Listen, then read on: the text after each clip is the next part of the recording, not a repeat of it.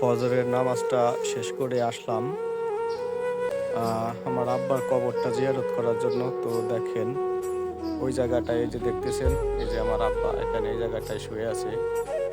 এই জায়গাটায় আমার আব্বা শুয়ে আছে। এখানে প্রচুর পরিমাণে শীতের মধ্যেও দেখেন একা একা কিভাবে ঘুমায় আছে। সবাইকে এইভাবে একদিন চলে যেতে হবে আর এইভাবে একা একা থাকতে হবে। যেরকম দেখেন এই যে আমার আব্বা কিন্তু শুয়ে আছে।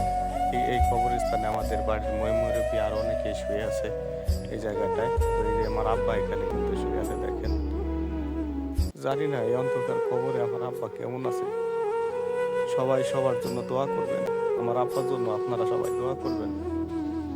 আল্লাহ যেন আমার আব্বাকে জান্নাতুল ফেরদৌস দান করে। সবাই সবার জন্য দোয়া করবেন। কেউ থাকতে পারবো না আমরা এই দুনিয়ায়, আমরা কেউ থাকতে পারবো না। সবাইকে এক এক করে এই দুনিয়া থেকে চলে যেতে হবে।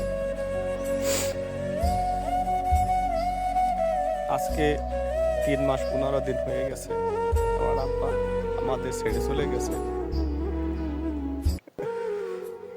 সব সময় আব্বার কাছে আসতে পারি না, কারণ বাড়িতে থাকি না। যদি বাড়িতে থাকতাম তাহলে হয়তো আব্বার কাছে প্রতিদিন আসতে পারতাম।